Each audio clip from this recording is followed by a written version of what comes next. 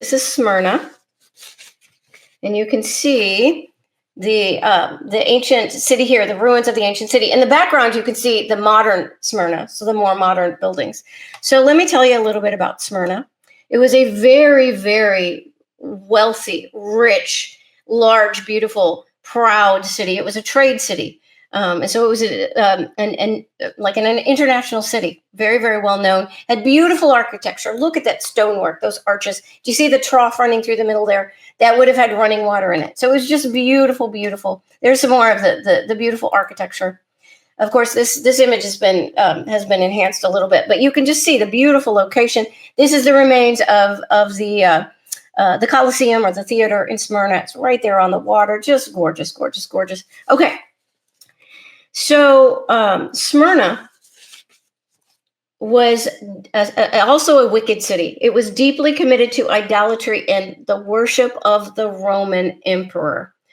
So you know how a lot of all the Roman gods. So a lot of Romans had worshipped all these different gods. And but then at this point, a lot of them had kind of set all of those gods aside, and they had replaced it with worshiping the current Caesar, the Roman emperor. So whoever was the Caesar at the time, it had become kind of this occultic nationalism. And they would say Caesar is Lord, and Caesar, whoever the Caesar was, they claimed to be God. And so this was the idolatry that was taking place in Smyrna at this time. And it was actually becoming compulsory in a lot of these places. And this was happening in Smyrna. And what I mean by that is that people, you were required to give your allegiance to Caesar and to say Caesar is Lord and burn incense to him. And if you refused to do that, you would be persecuted. And so that is what was happening to the Christians in Smyrna, because of course the Christians would not say Caesar is Lord. And so they were persecuted. They lost their jobs. They had their property seized. And so even in this very rich city, the Christians in Smyrna had become poor because they were being victimized and persecuted so badly. So here is what Jesus says to the Smyrna church. He says, to the angel of the church in Smyrna, right, the first and the last, who was dead and has come to life. So this is the way Jesus introduces himself to the Smyrna Christians. And I think it's very, very important because Jesus is reminding them, look, I was martyred. I was martyred myself because, as you will see as we read through this letter, there will be many of these Christians in Smyrna are also going to be martyred. And so Jesus is reminding them that I have also been martyred, but I have come to life and I'm giving you life. He says, I know your tribulation and your poverty, but you are rich. Even though you're physically poor, you are rich spiritually. And the slander by those who say they are Jews, but are not, but are a synagogue of Satan. What's he talking about there? All right. I'm not going to talk about this very long, but for those of you following my channel who like to go down rabbit holes, 17, there are things that we are learning about this kind of thing right now. And I think it's very interesting that way back here, Jesus himself is saying, you know what, there's some people here who call themselves Jews, but they are actually Satan worshipers.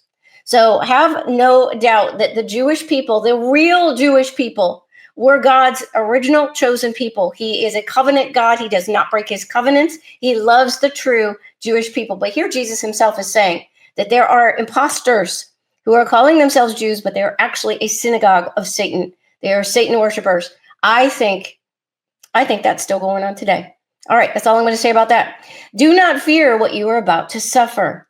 Behold, the devil is about to throw some of you into prison, so that you will be tested, and you will have tribulations for 10 days. Be faithful until death, and I will give you the crown of life. Okay, so probably when he says 10 days, he doesn't mean 10 literal days. He probably means more like 10 years, okay? Or he might also mean through the reigns of 10 different Caesars, and both of those things would have been true. If you look at the persecution that the Christians in Smyrna endured for a very, very long time. Okay, so he says, be faithful until death, because some of them are absolutely going to experience being martyred.